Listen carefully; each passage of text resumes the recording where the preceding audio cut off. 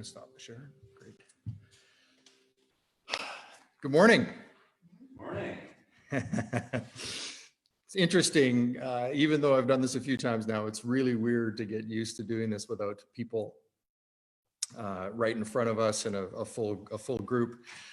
So today is Easter Sunday, and I messed around with some titles for today. I ended up setting on No Place Like Home, and I'll get to that in a moment. I also was like thinking, oh, the resurrection, but then that kind of seemed a little too obvious. And then I want to give some gratitude here to Rob Bell, as I have graciously taken some ideas from him. I was listening to a podcast of his, and he had "We Are Already at the Party," which I really liked. But I really wanted to bring it to The Wizard of Oz. And I'm gonna mold this story here with The Wizard of Oz, but I really like the idea of that in 3 clicks, we could be home, right? We could find our way back home.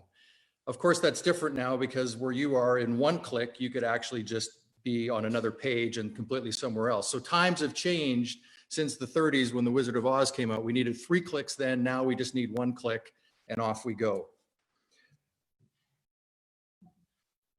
I was thinking, how could I frame this? I had the great opportunity last year to do Easter service, and I wanted to do something different. And so the parable of the lost son is what really spoke to me. It comes out of Luke chapter 15, and it's a great setting because Jesus is actually, and I have found in my studies here for Jesus to be this really super cool guy. So Jesus is sitting with some tax collectors, he's sitting with sinners, and he's breaking bread with them, and he's speaking with them. And the Pharisees, who are, sort of the group of Jewish priests hierarchy, they're thinking like, what is this guy doing? How can he be sitting with these people? These people are tax collectors, they're sinners, they're not worthy. And Jesus just never had that whole thing going on.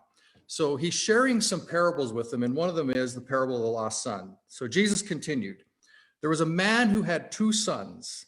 The younger one said to his father, 'Father, give me my share of the estate.' So he divided up the property between them.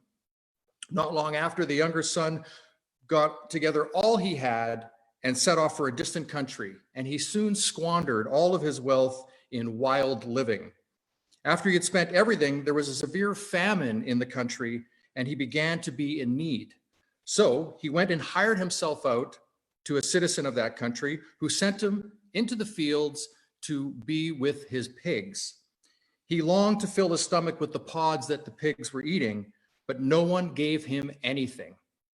When he came to his senses, he wondered, how many of my father's hired servants have food to spare, and here I am starving. I will set out and go back to my father. And I will say to him, Father, I have sinned against heaven and against you. I am no longer worthy to be called your son. Make me like one of your higher servants." So he got up and he started his journey home. But while he was still a long way off, his father saw him and was filled with compassion for him. And he ran out to his son, he threw his arms around him, and he kissed him. The son said to him, "Father, I have sinned against heaven and against you. I am no longer worthy to be called your son." Now, what I find interesting about this first part of the story is here is this young son who thinks, you know what, wherever I am right now, I just don't need to be here. This place is not working. I want my stuff. So he goes to dad and he says, "Dude, give me my stuff. I'm out of here." I don't know if anybody out there has done that. I may have had that moment in my life, but he takes off and he goes off on his journey, and he squanders all of his wealth that he has. And he ends up in a place of suffering. Now, the suffering was induced by himself, yet he doesn't quite see that. He ends up working in the fields with pigs, and it's in that moment that he realizes there might be a better way. He heads back home, and before he can even say anything to his father, and if we look at that, what is father representing? Father represents the universe, the oneness, the spirit, the divine. And he says, he wants to say to his father, "Look, I have sinned against you," but the father doesn't care. All he cares about is the returning of his son, this lost son that has come back to him. So the Pharisees who are watching all of this and listening to this, there's some things going on there as well. We have to realize we're looking at life 2,000 years ago. Things were much different then. So the fact that this boy would even be out in the fields with pigs, like that was ridiculous. Like that wouldn't happen. We can't talk to a person like that. No father would give away his estate to a son when he asked. So they're struggling with actually what Jesus is bringing to them at this point. But the father said to his servants, so now they're together, and the father says to his servants, quick, bring the best robe and put it on him. Put a ring on his finger and sandals on his feet. Bring the fatted calf and kill it. Let's have a feast and celebrate. For this son of mine was dead and is alive again. He was lost, is found. And so they began to celebrate. And what I see in this is that the divine is always waiting for us, that we always have an opportunity to return home. We always have the ability to go back with no questions asked, to, if you will, to begin to rise up again, to resurrect ourselves and step up into new life and new order. And that door is always open. The seed is always planted. It's a question of whether we are going to allow it to begin to grow in us. The older son, so remember there's two sons. So the older son is at this party and he's not partaking in it. He's wondering what is going on. He doesn't know what's really happening. And he asks one of the servants, he says, what is going on here? And he goes, oh, your younger brother has come back. And so we're having a party. The older brother became angry and refused to go in.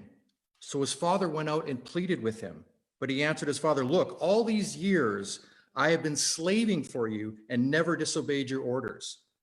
You never gave me even a young goat so I could celebrate with my friends. But when this son of yours, who has squandered all of his property with prostitutes, has come home, you killed a fatted calf for him.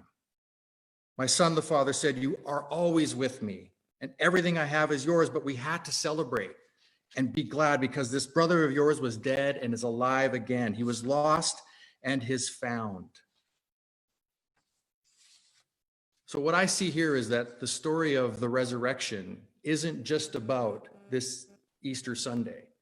It's about everything in our lives. We always have the opportunity to bring ourselves up, to resurrect wherever we're at. We cling to our ideas. We cling to our suffering at times, and yet we are inducing them. We have the ability to come back to the divine, whether you call it God or Buddha or Spirit, Muhammad, Lord, Shiva, the divine, the universe, Mother Earth, heaven's door, whatever you want to call it. It's always there for us. And we have that ability to bring ourselves back and to lift ourselves up and begin on the journey. And so what I'm fascinated by this is that before we even got to Easter Sunday, before we even knew of the resurrection, Jesus was already showing us that that was there for us. We already had the ability to become something different. We already had that ability to rise up. It's kind of like we're thinking there's a score being kept. Like if I do enough of this, maybe I'll get some brownie points. So if we look at the son, he's saying, I've always been, the older son, I've always been there for you. I've always been here, and this is how you treat me. So what I find interesting is this, the older son, there's this party going on, this celebration, and he's stuck.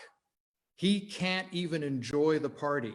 He's wondering, like, why am I not getting more? I've done all of these good things. Aren't you keeping score? And there is no score keeping. There isn't like, hey, I've done this, so maybe I should get more of that. That doesn't actually exist. And it's the same the other way. Maybe I've done these really bad things, and so I'm not worthy of anything. I'm not worthy of being, of having a better life, or of going back home, or of returning to the divine, or calling on the universe for abundance. It doesn't work that way.